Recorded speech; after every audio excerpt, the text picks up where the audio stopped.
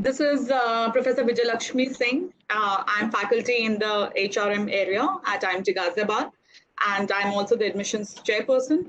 Today, we are all here together for the webinar, which is on leading with uncertainty. And I believe this is a very relevant topic in the COVID times that we are living through. And it is important for us to understand that challenges are there, but how to transform those challenges into opportunities and lead ourselves and lead others ahead in spite of the ambiguity and the uncertainties, especially in the business context that we'll be talking about. With that, also I would like to share the agenda for the webinar apart from the topic. So briefly, we'll be covering economic and policy uncertainty. We'll be also covering transforming marketing in uncertain times. We'll be covering, the switch to digital because we all know that digital is a king right now, and probably it's going to continue in the future. And we'll also be covering supply chain recovery. With that, I would like to now introduce our panelists for the day. A very warm welcome to all the panelists and a special welcome to our alums. And with that, I begin with Professor Surinder Batra. He's a professor in the IT and analytics area at IMT Ghaziabad. We have with us Professor Manas Paul. He is area chairperson and professor in the economic and environmental policy area. We have Professor Harvinder Singh with us. He is area chair and professor in the marketing area. We also have Professor Nikunj Jain with us. He is assistant professor and area chair in the operations management area here at IMT Ghaziabad. Now coming to our special guests for the day, we have our alums with us. Would like to begin with Mr. Surabir Singh. I had the opportunity to meet him during admissions also, and of course the others too. So Mr. Surabir Singh is alum of 2008 batch, and right now he is regional marketing leader, MEA and he's working with CVent. We also have Mr. Rahul Nagpal with us. He is also 2008 batch pass out, and he's lead consultant in the domain of data and analytics and working with Infosys. We have Mr. Nilab Kumar. He's 2009 batch pass out, and he's associate director with Ernst & Young. And we have a senior alum with us, Ms. Winnie Chachra. She is Chief HR Officer with Sopra and Steria, and she is passed out of 1992 batch. So very warm welcome to all the alums and the panelists, and welcome to all our participants also for this webinar. With that, I would like to begin with Professor Manas Paul. I would like to invite you to talk about the, how to lead in this uncertainty, especially if, in reference to the economic and policy, perspective. Thank you, Professor Vijayalakshmi, and my esteemed panel members, my co-faculty, our dear alum, and the students. So before I start off, I think I'll try to share a presentation with you all so that we are all at the same page. So let us share the content. So this is okay. Am I able to share? So is it visible now? Yeah, it is. It is. Okay. So this is a small presentation that I have, and where I will try to take you through. Now, whenever we talk about uncertainty, leading in uncertain times, so now we have to be very careful. It is not the uncertainty that we are leading or we are seeing right now. We have to think about the perspective that it has happened at the back of different shocks. We had the shocks of demonetization in 2016. We had the shocks of GST of 2017, and the economy was trying to adjust to that. And then all of this led to the 2019 economic slowdown. And the slowdown was not only with respect to India, but it was global. There was the US-China trade war. There was China trade tightening, rising interest rate prices. And above all, for India, what we faced is that we had the weaker demand, we had softer exports, and there were the concerns of liquidity. We had a couple of things going out there. We had the PNB crisis, we had the LFS crisis. So that led to kind of uh, some issues in the financial domain where the funds were not really coming to the businesses who were trying to kind of eye that. And then at this juncture we were hit with this with this uh, this pandemic, the uncertainties that we're talking of, and which is now, it's not only the so-called mm, COVID. We had the so-called natural disaster. We had the locust, and now it is the Sino-India posturing that we're having. So it's not only economic, but it's also political. So whenever we're talking about uncertainties, we need to build into us all the developments and then the uncertainties that we are facing, because the business cannot only deal with uncertainties, right? I mean, just think about what is happening right now without seeing what has happened and at what juncture this uncertainty is coming on. So for an effective business to be a lot more successful, what you need to do is that to kind of subsume all this thing into your decision making process. So you not only have to develop the understanding of the ongoing conditions, but you will have to cultivate the perspective of what the government and the impact of the current policies are likely to be on the future business environment. A very catchy topic, a very important, and one has to be very, very careful about it. Now, what it all means is that you have to develop a perspective, and we all know that that is what differentiates between a manager and a leader. But I don't need to say that, every one of us know it. But what are the things that we need to develop this perspective? Obviously, as I've said, emerging business environment, how it is likely to pan out. Now, there has also been some changes in the way of life. Life is no more the same. Today at the institute, when I go around, I carry a bottle of sanitizer with me. That is the changes that we are seeing. Okay, we don't kind of hang around in the way that we used to do. Just earlier. So these are some of the changes that are also coming into our life, and that has to be internalized in the business process. Last but not the least, one of the most important things are innovations. How are we dealing with this? So all of this will built into your perspective of kind of forming a perspective. Now, in terms of economic and business environment, these are some of the questions that the business managers might need to ask. Could the government transfers to poor sustain the domestic demand? Can the behavioral and the cultural change act as additional obstacles to the business? Can the restrictions of the movements in the goods and supplies lead to a super so-called localized supply chain? How fast can the manufacturing really recover? Okay, so all these things and so on, there could be different types of questions, but all these things needs to be subsumed into your decision making process. Changing and a change in the way of life, which is impacting the preferences, and that has also to be internalized, as Professor Vijayalakshmi has said, and I'm sure that my colleagues would be talking about it, the increased dependence on technology that we are seeing. Now, do the companies need to really invest into large office spaces? Because when we are saying that there are concerns about crowds, etc. Okay, will companies need to hold more cash? Because we see that the so-called crisis, they are turning out to be a lot more frequent. So does that mean that it would impact the so-called productive capacity of the companies down the line? They will try to hold cash, they will not invest.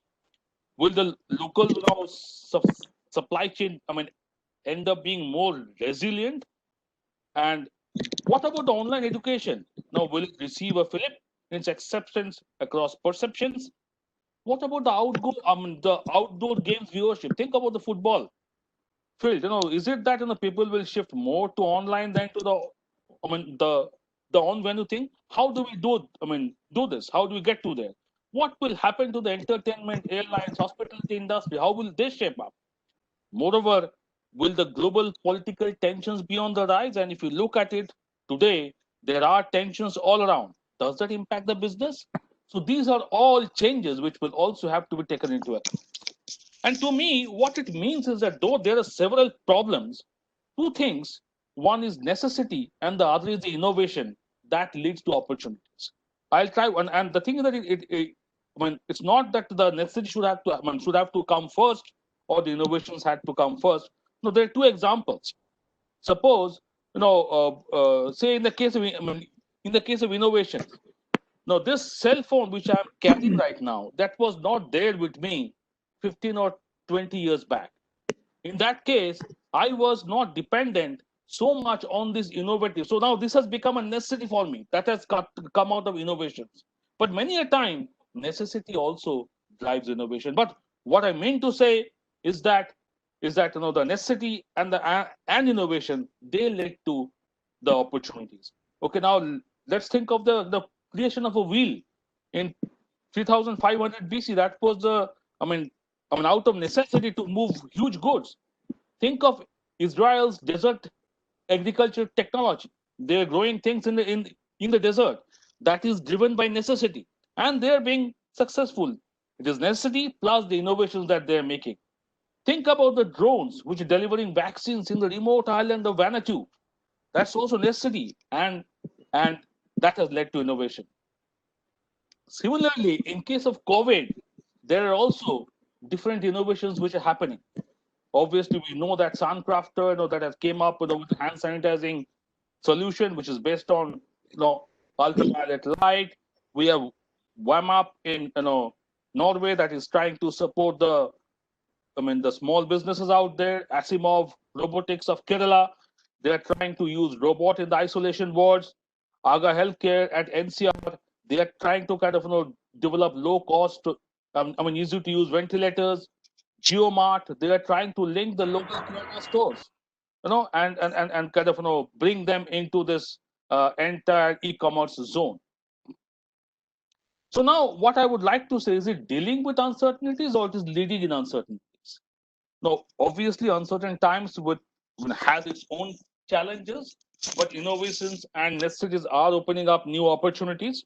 Yes, businesses need to cultivate the perspective and be open to changes, and technology adoption and usage is to play an increased role. And what I would like to end with is that many a times just dealing with uncertainties might lead to actually leading in uncertainties. Thank you.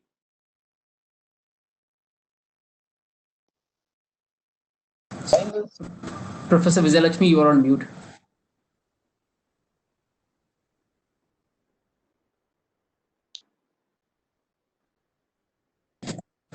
You are still on mute. Okay. Yeah. So I was saying that, thank you, Professor Manas. It was a very insightful, PPT and the points. And I'm sure, all our participants have really, benefited from it. Next, I would like to invite Professor Harvinder to talk on, how to transform, and how marketing is transforming in this, uncertain times, especially in the COVID era that we are living. It seems like an era already, probably not to end so soon. So yes, over to you, Professor Harvinder. Thanks for inviting me, Dr. Vijayalakshmi. A good morning to all of you. In fact, Dr. Manas Paul has set up the background beautifully. He has given us a macro picture. But a lot of these things that he mentioned, some of these actually happen at the background. My opportunity or responsibility is to talk about things which happen with us as individuals. So most of the things that I will talk about are basically things that we experience as individuals. So last 3 months, we have seen how our shopping and consumption have changed in terms of duration, in terms of location, in terms of quantity, in terms of variety that we have been. We are supposed to benefit whatever we could get hold of. So yes, there are some obvious lessons, and I will not talk about those obvious lessons. For example, all of us would like to believe that online would be an integral part of all dimensions of business, including marketing. I also agree to it. So online would be digital is the king. I think there is a theme to the be discussed after me by Dr. Batra. I will talk about more fundamental transformations that are likely in business relations. For example, for last 20 years, we have been talking about fight between modern format and mom and pop stores, conventional retail. And at some point in time, it seemed that modern format was about to overwhelm the mom and pop kiranas because they had more resources, they had better locations, they had superior shopping experience. But suddenly, last 3 months, you would have realized that in many red zones, only mom and pop stores, neighborhood stores were allowed to operate, where malls were under locking. In fact, if you look at a scenario, this whole concept of shopping experience has gone for a change. From convenience to experience, we're talking about safety or security. And the dimension called safety, which used to be, in my research, we talk about safety from accidents, from terrorism, from incidents like fire, stampedes. Suddenly, we're talking about safety and security from a pandemic. So how does it impact people's assessment of shopping experience? And then this is where mom and pop stores actually gain an edge because the kind of location, the kind of convenience, the kind of familiarity a mom and pop store gives is really unique. And most of us have realized this last 2 3 months. But if mom and pop stores have to be the front end warriors for all brands and companies, how do companies plan to strengthen them technologically so that any future pandemic or list of events that Dr. Manas Paul listed out, they perform very well. Now, here the big catch is mom and pop stores are owned by individuals who have limited capabilities in terms of finance, in terms of awareness, in terms of other capabilities. And they are served by distributors who again are individuals having similar constraints. So how do organizations actually create a robust high-tech supply chain? I'm sure Nikunj would like to talk about that, which is actually not theirs, but still works for them beautifully. And remember, it's not an open battlefield. There are smart companies that are already working in this. For example, Dr. Manas Paul referred to JioMart. So JioMart right now is running a pilot project in Mumbai, Navi Mumbai, I think specifically, in which they are trying to manage supply chain for Kirana stores. Now, if a player like Reliance Smart comes into this domain, how should companies see it? Because obviously, when Reliance Smart comes into play, companies would want such players to fill in the gaps where they are weak. But the commercial logic says these companies would operate in markets that are profitable. So it means, are we foreseeing a battle in the high income urban markets where two set of supply chains would compete against each other? That we need to really understand. Or are we talking about, think of a scenario where companies actually spin off or create a separate logistics division that works as a separate entity, a professional entity, handles their work, and for other smaller companies as well. So the battle would take entirely different shape. That's one part when we talk about modern format versus mom and pop store. Of course, we can think of a lot of new products and services that would be in use. I think Dr. Manas Paul talked about online education. We all are big consumers of diagnostic equipments and protective gear. We have masks, we have all those oximeters and all that at home.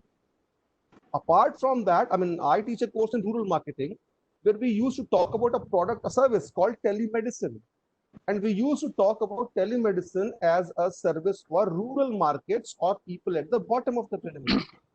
Unreachable markets. I think in the COVID scenario, telemedicine is something which is going to be more mainstream, and there are many more such products and services. That's why technological backbone of the nation, as well as the company, would have a big role to play in the way we consume, the way we market. And then, of course, the last aspect of marketing that all of us see when we switch on the television, the communication part. See, ground activation is amazing, but if you look at the advertisements that are coming on TV, right now we are actually seeing a very clear kind of shift. Health was always the platform, but now health has taken a different shape. It's not about the food we ingest or products we ingest. It's about everything we consume. The entire ecosystem around us has been tied to a prospective threat from an invisible enemy called the virus. And eventually, fear right now is being used as a big appeal, which, I mean, personally speaking, it does not appeal to my heart. Fear is a negative sentiment, but it seems to be working well as more and more companies are using it.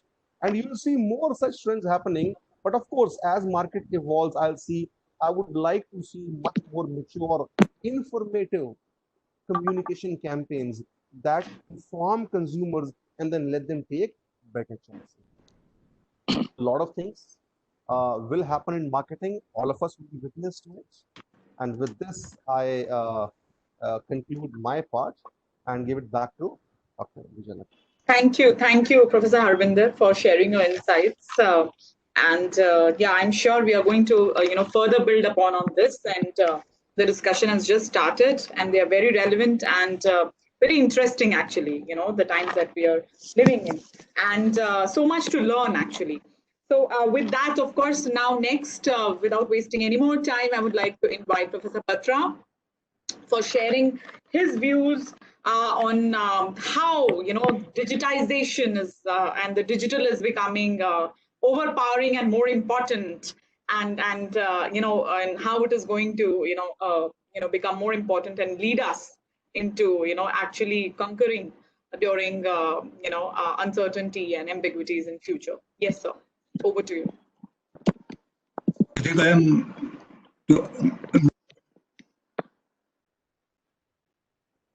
I hope I'm audible. Yeah. Yes. Yes.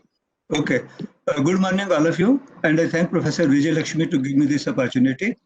My co-panelists have already spoken a little bit about technology, and I will try to build upon that. Plus, I also welcome the prospective students of IMT and the alumnus who are represented in this panel. I'm sure it will be a very interesting discussion once all the presentations are completed. So let me begin by saying that uncertainty is now certain, that we are in uncertain times. COVID is a story with uncertain ending, and we are already sailing through waters which are uncharted waters, and therefore we have no other option. Whatever words we might use, we have to embrace the uncertainty and get out of this through our innovations and any other technological means that we could have. And fortunately, digital has come to our rescue. I named the agenda item for my presentation was Digital is the King. I will come to that at the end. But let me say here that the word digital includes all digital technologies such as artificial intelligence, machine learning, data sciences, blockchain, augmented reality, virtual reality, IoT. There are so many of them, and they are building up every day. Not only we are in the uncertain times, we are also what I call as the VUCA word. I'm sure many of you are familiar with the term VUCA: volatile, uncertain, complex, and ambiguous. So in this scenario, how have digital come to our rescue? I will try to start with the simple examples which all of us have been facing, and all of us have used technology to help care of those issues. For example, most of us would have done digital transactions, whether through mom and pop store or otherwise, for essential goods. And most likely, the payments for all of them would have been done digitally. So cashless, contactless payments have now become more or less the norm for these uncertain times. We would also have been using digital media for entertainment purpose, like Netflix or Amazon Prime. In the unfortunate incidents of some member of our family falling ill, we have to resort to what Professor Harvinder Singh also called telemedicine, or getting specialist help without being able to go to the hospital or to the clinic. So these are very simple applications which all of us have been through. In the field of business and management education, we already have digital firmly in place. Agencies, organizations such as Coursera, edX, Udemy, etc. They are already offering online courses, and I'm sure some of you would have taken certification courses during this period of lockdown. And these courses are also incidentally called MOOCs, massively open online courses. The higher education institutes like Columbia Business School, MIT, even Harvard, they have been running courses. Mostly their courses are offline in their campus, but also they have been running courses which are online, and they have also started going into blended learning.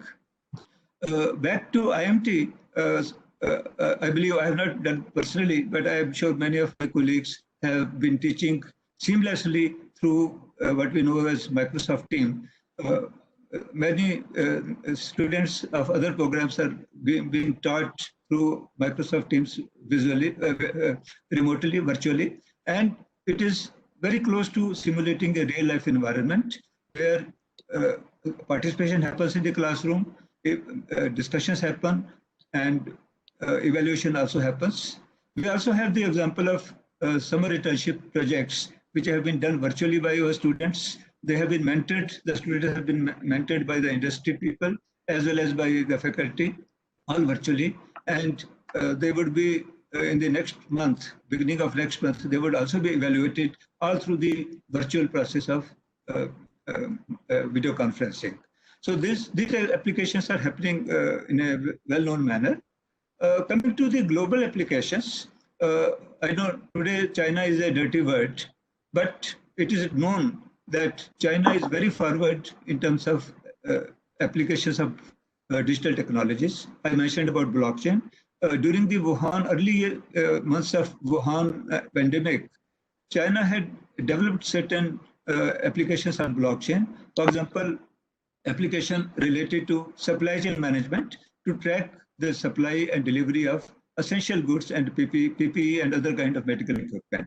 And that had been done quite successfully by them. They also developed personal ID management for storing the data of the patients on the blockchain, which ensures the privacy and security of data.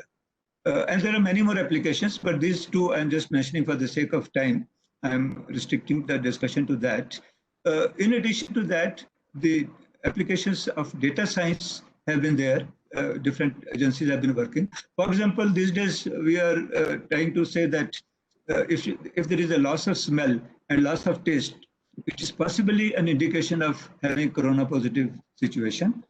In fact, this correlation between loss of smell and taste and the possible incidence of positive coronavirus or positive COVID-19 has been done. Algorithms have been developed to find this correlation and thereby do a prediction that a particular region would possibly be having people with this kind of diagnostic, and therefore there is a likely incidence of pandemic in those regions. So that is something which is happening already.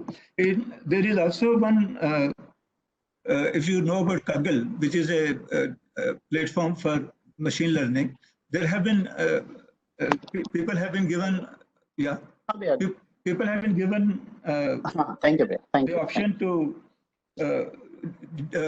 data science experts have been actually invited to develop text mining or data mining tools which can help the clinical specialist. It is also necessary here to mention about Arogya Setu app, which has been made mandatory by the government of India, and the data we are collecting through various people. Everyone is expected to give the data about himself or herself, and all the data is helping us to trace if there is any person in the close proximity of ours having the possibility of COVID-19 with that person.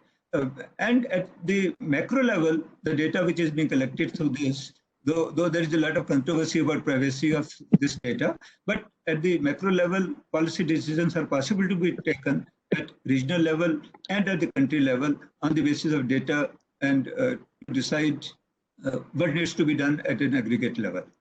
I also want to mention about Florence Nightingale. I'm sure our students would have heard about Florence Nightingale.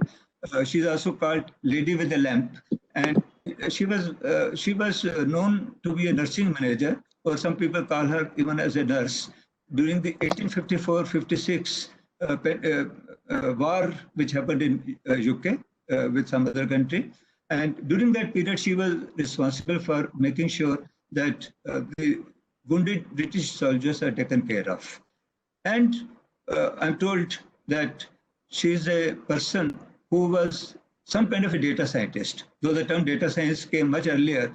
In 1854, it was unthinkable. But using her knowledge of data science and statistics, she was able to reduce the fatality rate of wounded soldiers through intelligent use of data. I would also, at the end, like to talk about my rationale for using the term digital is the king. You might have been aware that on February 25. Yeah, sir, sorry to interrupt. Just if you could be brief, because it's 11:30 already. This is my last point. I'm aware of that. Sure. I will do the needful. Sure, this is my last point. So the point is that on February 25, RBI governor had made a statement that the digital payments are rising, but still cash is the king. And this statement was made 4 months back. Today, when we look back, it may not be inappropriate to say, in my opinion, that cash is somewhere lost, or cash is becoming insignificant, and digital is, or possibly is going to become the king in the coming years, or in the coming weeks or coming months. So with that, I would like to hand over the baton back to Professor Vijayalakshmi. Thank you so much. Thank you, Professor Batra, for sharing your insights and on the context, in the context of how we are switching and pretty fast enough everything to digitizing, and that's the world we are living in.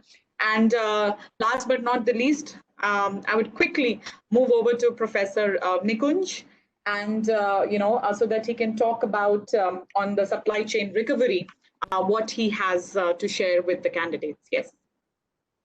Thank you so much, Vijayalakshmi. Good morning, everyone. So I'm going to talk about how supply chains have disrupted during this pandemic, and how firms are looking forward to recover their supply chain. So this pandemic has resulted in increased demand of certain products like masks, sanitizers, disinfectants, and it has also reduced demand of certain products like four-wheelers, cars, bikes, apparels. So this demand supply gap has increased exponentially, and the supply chain disruptions could be classified into certain challenges, which also provide opportunities for the firms. So the first challenge that I would like to talk about is the supply chain blocking. So due to increased demand, manufacturers are facing cancelled or delayed orders, and this is impacting in the slowdown of manufacturers. Especially small and medium enterprises are facing the heat of this supply chain blocking, and these are forcing firms to go bankrupt. Second is the inventory management. Now, this provides an opportunity for the firms here because they can firms can anticipate the quarantine regions. They also know the timeline when the quarantine regions would become functional again. Hence, they can reposition the inventory in those regions at different times and can take the advantage of the quarantine region. There is a opportunity and a challenge again for reconfiguring or restructuring the supply chains. Since global supply chains have been hit, there are vulnerable suppliers which are going out of business. So the firms needs to find out local suppliers or alternate suppliers who can provide delivery to them.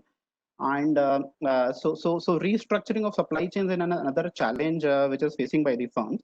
Now, to talk about the how to deal with these challenges, I would like to introduce two parameters from which helps the supply chains can be recovered. So before I discuss that, let me also describe what is a node in a supply chain. So typically a supply chain comprises of, let's say 5 nodes: suppliers, then we have manufacturers, then we have distributors, retailers, and finally the product comes to the customers. So one important parameter here is time to recover. Time to recover is basically the time for a node in the supply chain to return to its full functionality after a disruption. So what we mean by time to recover is the time that a supply chain at a particular node would take to become fully functional. And then there is another parameter known as time to survive, which says that maximum duration that supply chain can match the supply with the demand after a disruption. Now, if time to recover is lower than the time to survive, then supply chains are not disrupted. But if the time to recover exceeds the time taken to survive, probably supply chains are disruptive, and it is also forcing the firms to shut down. Also, an important parameter here, if time to recover is equivalent or is equal to time to survive, I mean, this is the opportunity for supply chain. They could expedite and they can protect themselves from becoming vulnerable. Now, to recover supply chains, there are 5-step processes that can be adopted by the firm. In fact, most of the firms like Ford and other global players are adopting these practices. So supply chain, step 1 focuses on identifying suppliers. In fact, suppliers needs to be identified by the firms. Also, they should estimate time to recover for all the suppliers. Step 2 involves to identify which supplier in the network is posing the greatest risk exposures, and find out the time to survive for these suppliers. Step 3 is to determine the best response for a node by allocating resources, compare time to recover with time to survive, shut down a particular facility or reduce manufacturing for a particular node, calculate how long would the shutdown would go. And step 3 also provides opportunities for the data-driven supply chain for a better estimation of time to recover with time to survive. Step 4 is basically providing the opportunity to take the advantage of the fact that there are certain peaks which are occurring in certain regions. Estimate the magnitude of those peaks, position your products on those places. Step 5 is when the demand has increased. Now it's the time when the firms can again focus on reducing cost, and they should be better prepared to face the competition. Right. So these are some of the challenges which I've talked about. So basically, looking from supply chain perspective, there is a need to focus on the data-driven and restructuring digital supply chains that would help firms to survive themselves. Now, before I conclude, I would also like to throw upon certain questions. As Professor Manas has talked about the policy perspective, Professor Harvinder talked about the marketing aspects, digitalization has been taking place of the sales and marketing. He also talked about rural markets. Professor Batra has talked about how the digitalization is entering into certain places. So I would like to mention here that gone are those days when a functional manager could only be capable of understanding or managing his or her functions, and you don't need to be aware of other functions. Today's world, in the VUCA world which we are living in, even a supply chain manager needs to be aware of how the regulators work. For example, with the Make in India drive, which is going in Indian context, if a manufacturer wants to set up a plant in a particular state, there are certain clearances which we need to get from the states, and states are basically interested in giving the permits because a plant would increase the employability in a certain region, but the automation taking place, a particular plant which provided employability for 5,000 people would now be providing employment for only 500 people. Would the states be given permit for such practices, for such plants? Are we able to see that with the digitalization increasing in, would the digital stores, e-commerce would entirely displace traditional stores? Or there would be coexistence of digital and the physical retail format. With the digitalization increasing, do we again find that the security and privacy threats, which would again be forcing firms to reevaluate the push that we are making for digitalization? I think these are some of the questions that you all students needs to think upon. This is food for thought for you all, and I am quite hopeful that once you join IMT, probably we would get answers of all these questions during our classroom discussions. Thank you so much. Absolutely. Thank you so much, Professor Nikunj, for all the meticulous step-by-step, guidance into, what is going to look, the next steps in terms of supply chain recovery. And I think surely it was very insightful for the candidates, I'm sure. And I'll be looking forward to their comments for the same. And I really appreciate, all my faculty members to provide their insights. Next, quickly, I'll move on to, I'm waiting. I know the alums are also waiting. And with that, I would like to invite Ms. Wimi. You're here? Yes, thank you, Dr. Vijay Lakshmi. I hope I'm audible.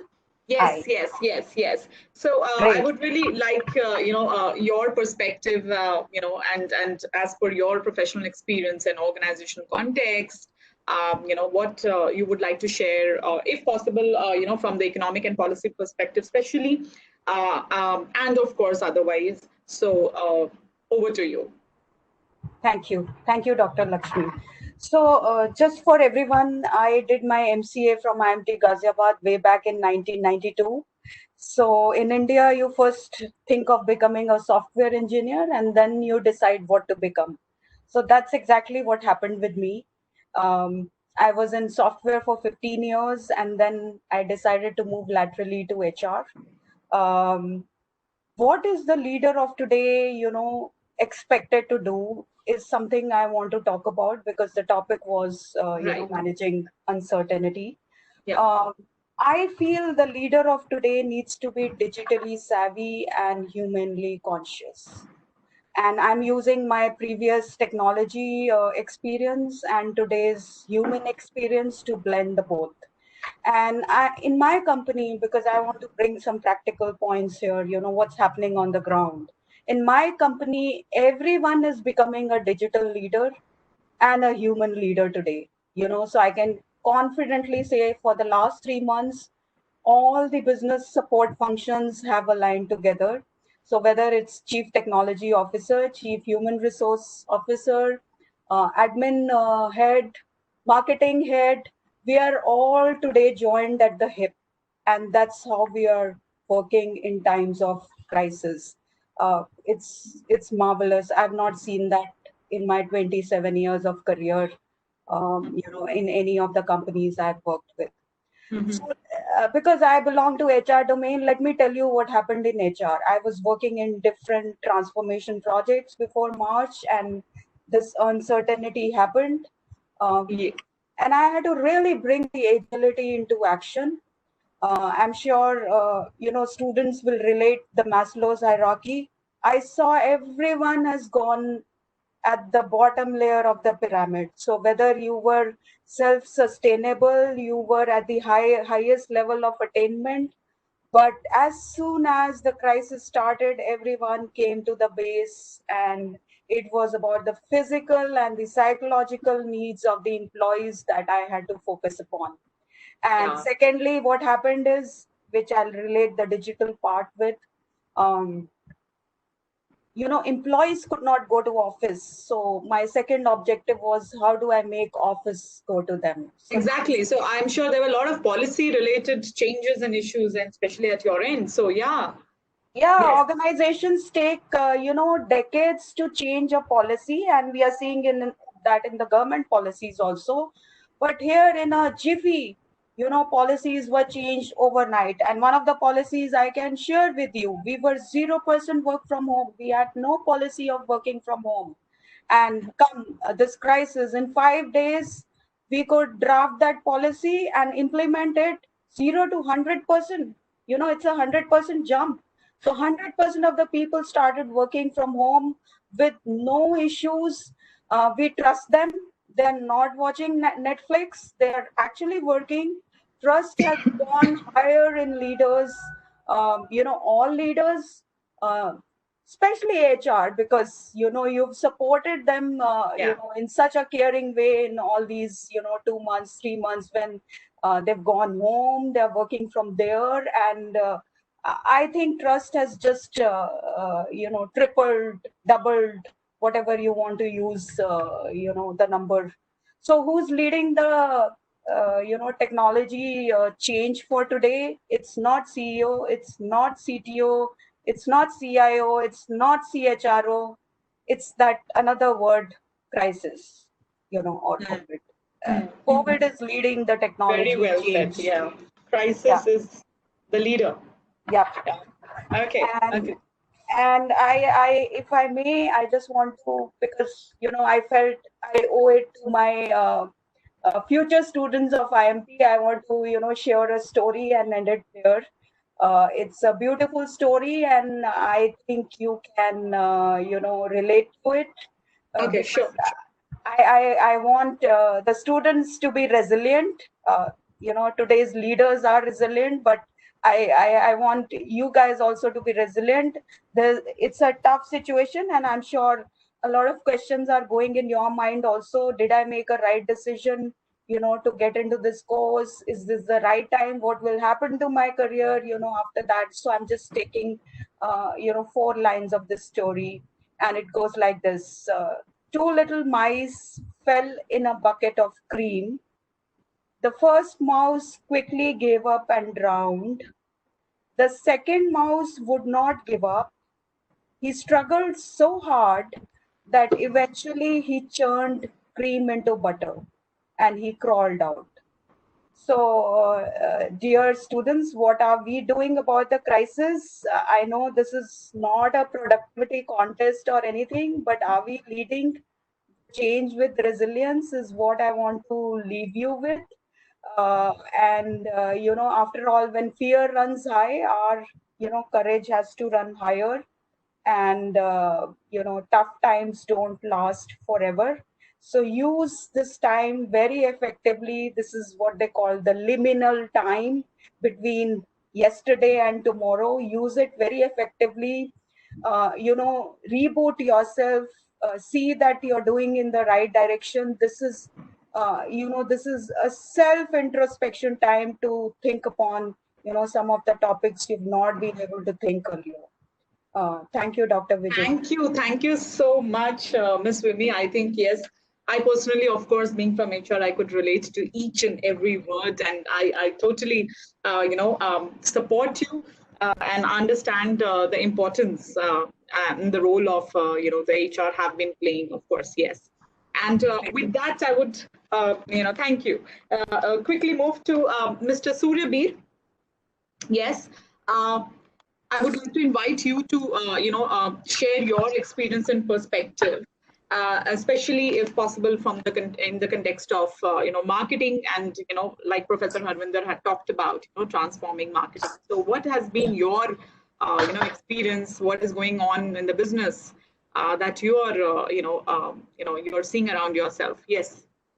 Yeah, thanks, Professor Vijayalakshmi. But before I go on, I would really like to thank Ms. Vimi and the whole of HR and across the world in managing this change so wonderfully, because it's for the first month of this change, I was not a marketing manager, I was just a manager, because I had a team, I had to manage and make sure that the team is equally excited and efficient at their work while managing their personal and professional commitments both at the same time.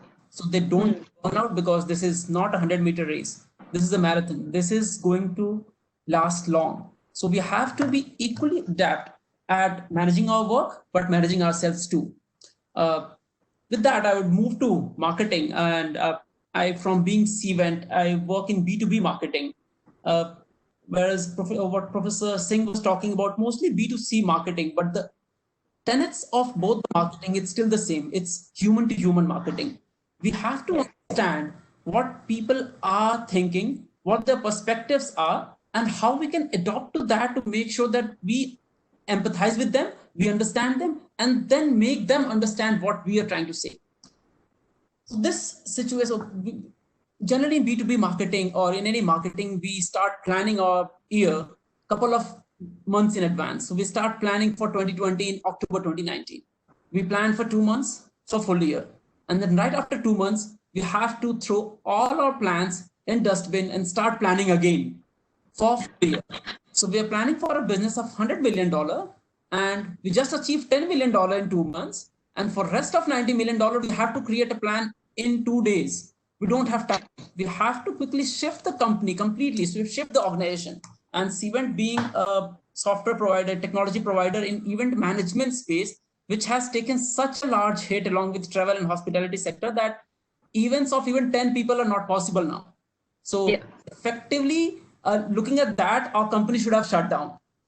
It did happen because CVent actually took Professor Paul's philosophy very seriously, that dealing with uncertainty, moving into leading with uncertainty.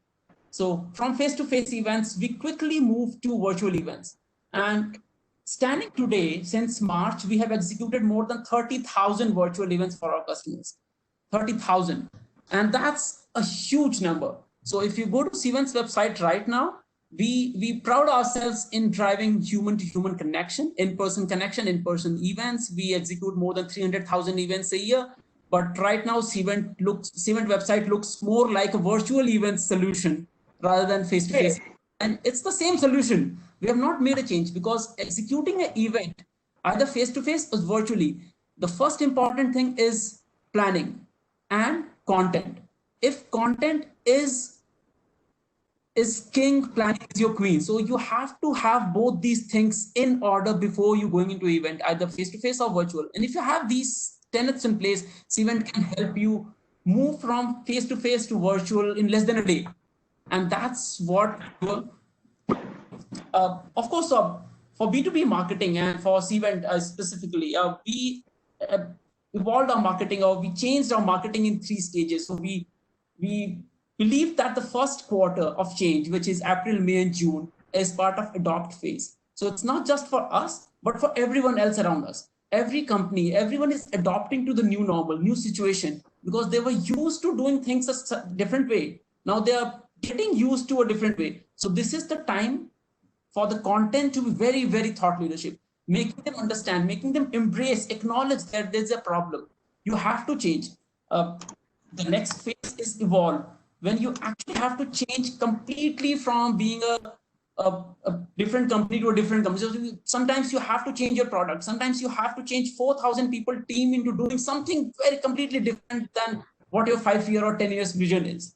And then the next phase would come eventually, either this year or next year, is accelerate. But if you have failed in your adopt and evolve phase, you can never accelerate. You have to grow your roots stronger in these times, to take advantage of things which is going to come later. So we don't have a lot of time, so I won't eat into a lot of Rahul's and other people's time. So I'll just finish it to the simile, which example which our CEO gave very proudly. He's from US, so he quotes it from US. So in US, there is a redwood tree, which is very tall, very, very tall, the biggest tree in the world. But everywhere there is a redwood forest, there is a lot of bushes near it. And in good times when there is a rain, when there is a better weather, the bushes would grow enormously. So it would cover up the redwood tree roots and stem completely.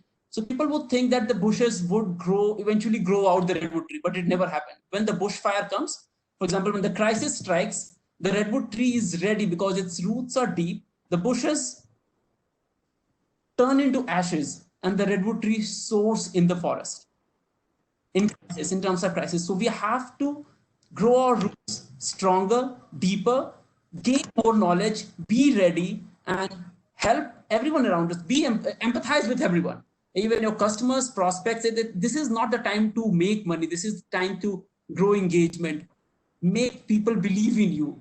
When the situation turns up, you will automatically be the leader because they have been engaging with you. You are the only one present when they needed you. Absolutely, absolutely. Thank you so much, Mr. Suryavir. I think very well said that, we need to build right now, it's, trust in us, and through our exemplary work, through our quality work, and yes, business will eventually definitely, rise up in future. There's no doubt about it. Yes. Thank you. With that, I would quickly move on to Mr. Rahul. Okay. Can you hear me? Yes, please, over to you. Yeah. I'm sharing my screen. Let me know if you guys can see. I'll quickly run through, but yeah. Yeah, because we have very less time, I would really request you to be as brief as possible. Personally, it is a very interesting discussion going on. I can obviously extend, but I don't know about others. So hence, yeah. Yeah. Okay. All right. I'll quickly start. Thank you, everyone. Thank you, Professor Lakshmi. Thank you, Professor Patra, Harvindra, Professor, and all of my dear students. I would like to, just tell that 10 or 12 years back, I was where you are now. And I can only say that you are in a safe place. Only thing is, yes, you need to, work hard, because there is no alternative to working hard. Okay, I'll quickly start. I took the, title very seriously because I try to understand that what uncertainty is, because when we are talking about uncertainty, so I tried to search and found some beautiful articles, some beautiful infographics, and I've just got a collection of those. So first of all, I just like to iterate some truths that we are facing, although we are in uncertain times, but there are some truths that we have. That is, there is no vaccine today. and because of uncertainty.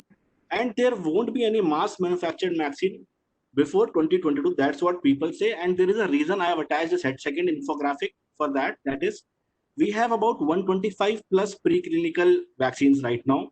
Then there is so basically the vaccines progress in a phase, right? I'll just quickly explain.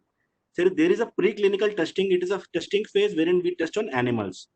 Then it goes to phase 1 when we test on a group of people, about 10 max. It's a very safe test. Then we go to, once that is approved, then that is clear. Then we move to phase 2 where we test on hundreds of people. And then we move to phase 3 when we test on thousands of people. And after that, it moves to approval stage. So right now, where we are, I think I took the data for June 10th. We are at phase 3. We are just having one organization working. And yeah, so we don't know whether it will come and when it will come, and you and me will have that vaccine. So that's the probably reality. Coming more to just quickly, we don't know whether there will be a second wave, and there are some cases in Beijing that are arising of a new virus. So there are a lot of uncertainties. I'll just run through this. I think we all know these points, but yeah, this is an uncertain situation that we are in. Going to next slide.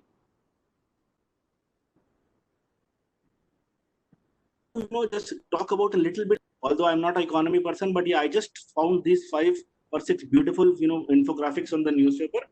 First is talking about the market capitalization of the world. So in total, the market capitalization of the world is about $80 trillion. And we have lost about 9% already. And out of that 9%, who have been suffering the most? US has suffered about 7%, 11% Germany, India has suffered about 20%. But if you see China, which I think Professor Batra said is not a good word, they have not suffered, they have been positive. So that's a point to know. NPS, we all know that they are already being a big problem for banking industry, and the banks are already suffering. Third infographic talks about infections, and we know it's not a place where India should be, but yeah, we are already on number 4 and we are progressing. So there is some causes of fear. Now, if you see below infographics, these are some of the positives that are still coming in. That is number 1, NASDAQ, that is the IT or the digital scale, you can say, it is scaling new heights. Then you see the second one, world equities, that's basically MSCI, that's the world index that we call it. It is also significantly increasing. Then the third one is talking about the FIIs. So all the FIIs exited India in the month of Jan-Feb because of this, and now they are coming back. So India is probably coming back. So I just wanted to highlight these infographics and say that yes, there is uncertainty, but there are hopes. So we should not lose hope. Third slide, there were quick points that I just want to highlight here, that I was taking some reading notes from Harvard Business Review and Market Overview overall. So couple of things that I need, and probably Vimy had already explained very beautifully how HR is managing, but couple of points that every leader should have in these uncertain times are: number 1, that you should choose your information wisely, sources of information. We all know about WhatsApp University, right? So that's not going there, but choose your information sources wisely. Staying flexible is important. Your prime concern is your employees. That's what I think Vimy very beautifully explained. So yeah, I'll not go detail there. Now I want to highlight that we all know that New York was an epicenter, and there is a line that I wanted to quote, that when it was a huge problem, they were facing, everyone was pounding on him. There is a line that I have here, that the governor of New York said that I wish I could promise New Yorkers this time will be over soon, but I can't. Here's what I can promise: I will continue to give you the facts, and I will make decisions based on science and data. So the leaders are someone who have to acknowledge that there is a problem, at the same time be factually correct and be open to their people.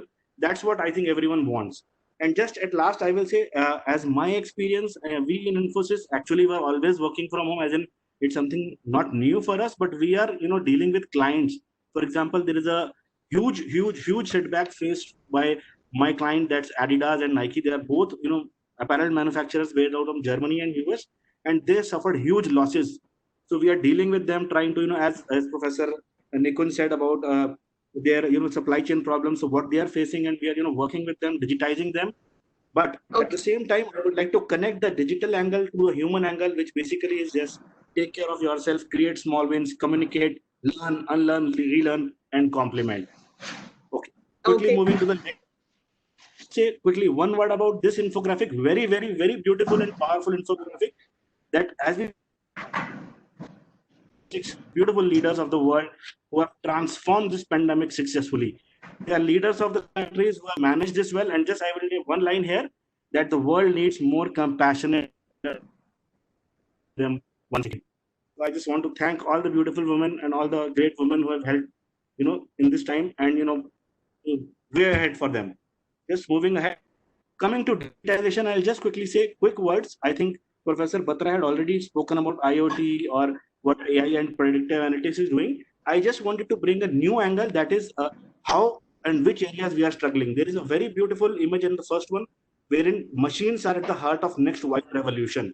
This is nothing but, there is a machine or probably a system that is designed which takes care of how the quality of milk is, tested in minutes, and they give the, pricing of that. So that work is given by our startups. At the second infographic, I am speaking of, basically it speaks about how in India, the agricultural yield is still very low in compared to world per hectare, and what technique companies can do to help.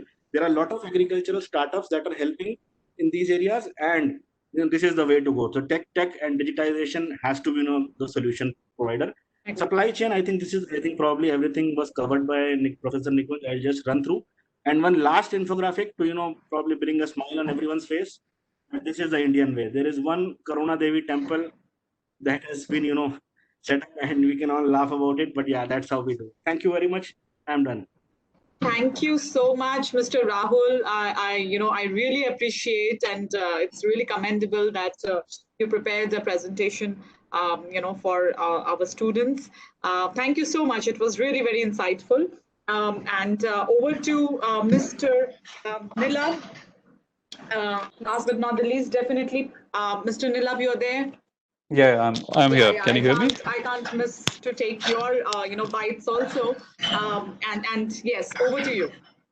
Okay, I think most of the panelists have already talked a lot about the challenges which everyone is facing. So probably I would not want to do that. So Right. see, one thing which I would want to highlight is when we passed out in 2009. So probably ours was a batch which can probably relate to all of you in the best possible way, especially those who are coming in right now. And my biggest, and in fact, ours was a batch which actually saw Lehman Brothers come to our campus for pre-placement talks and declare its bankruptcy within the next 3 to 4 days. So you can just understand that if there's a batch which you can look forward to, I think that would be our batch. In terms of what you need to do in this scenario is that you need to be a bit more intelligent in how you approach your MBA versus some of the previous batches. So what I mean is you have to be a lot more flexible in your approach, because see, the normal recommendation what generally is given is that you should target say 2 to 3 profiles and you should work towards it. But this is of course a time when you can never be sure that the profiles you are targeting would actually be something which will have opportunities in those specific spaces. So be a bit more flexible. And by flexibility, I mean you have to think both horizontally and vertically. By horizontally, I mean that there would definitely be some sectors which will continue to do well. Just to give you an example, given the increasing protectionism and policies around domestic self-reliance across countries. So India is talking about being Atmanirbhar, and that's exactly the kind of tone which you are seeing across markets, even in European Union, which generally believe more on free trade. But so what that means is sectors like manufacturing, food processing, pharma, specific appliances. So these are some of the areas which will see some very strong opportunities. Okay. At the same time, you also need to target specific functions within sectors, even sectors which are not doing very well, even there. Some specific functions like cybersecurity, data privacy, facilities management, urban infrastructure planning are some areas which will, as companies and people find new ways of working, and so that will definitely create some pressing opportunities. So do watch out for that. I know we are already 6 minutes ahead of time, so probably, ma'am, I will give it back to you. Thank you, Mr. Nilab. I'm sure you were bang on exactly what the candidates need, and I'm sure they must have been listening each and every word, and they've noted down all your points and suggestions, which is going to directly benefit them and take decisions. And with that, since I wanted to take more bites, but I think we're running out of time, and quickly I'll take the question and answers, and the questions. Not many, thankfully. So I guess, so with this, I assume that the candidates have listened, very keenly, and they have understood everything, and hence the questions are less. The first question is for Professor Harvinder. And so the question is, and this is by Anshul Nalin. And the question is, how badly has boycott China campaign affected Chinese companies like Xiaomi's hold in India, and any methods they are employing to recuperate with it? Okay. So, sir, he has specifically asked this question to be answered by you. So over to you, Professor Harvinder. See, first of all, I think campaigns are separate, but I think we need to look at the fundamental dynamics of, if you look beyond WhatsApp University and look at the real proportion of, we must understand when we go for a call boycott China, how relevant are we for Chinese exports? To the best of my knowledge, out of all the Chinese exports, not more than 3% come to India. Fine. So if we actually say boycott China, we'll be actually denting on the 3% pie. 97% of Chinese exports don't come to India, they go elsewhere. Number one. The other thing more important is, whatever China exports to us, in what form? Is it all for B2C consumption?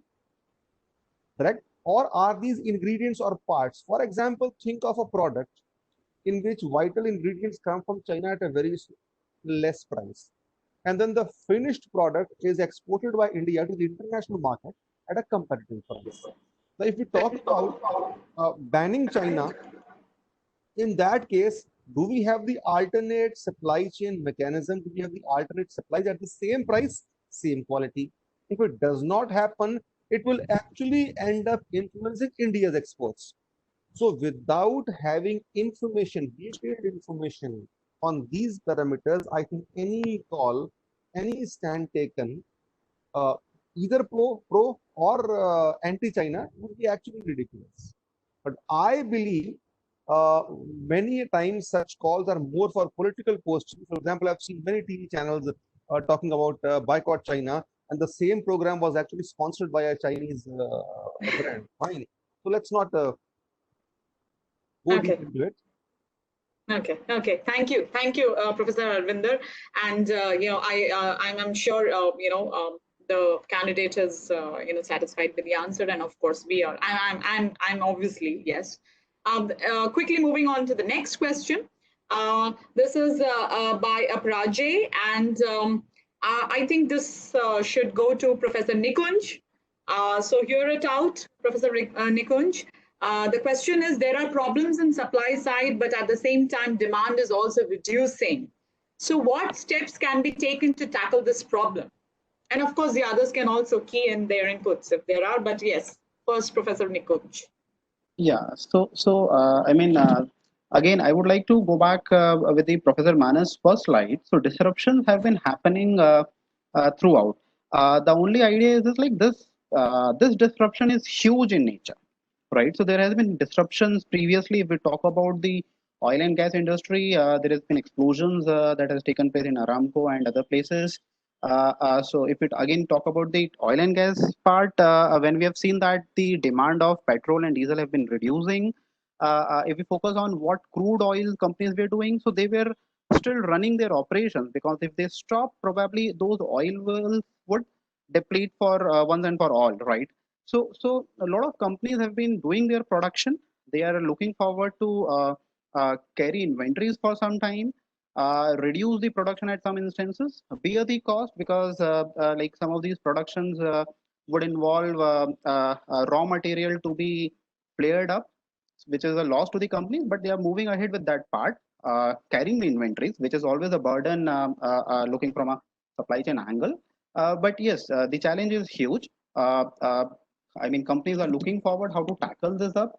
With now the lockdown lifting up, stores are opening up, and there are newer business models which are taking this shape. For example, Big Bazaar nowadays are, I mean, coordinating with the township communities, RWA societies, and they are having a Big Bazaar van coming up where like participant, I mean, where the local citizens can do the shopping, maintaining the social distancing with them also. So if customers are not coming to these stores, I mean, the stores which are moving to the houses so that the physical feel of the products are also matched.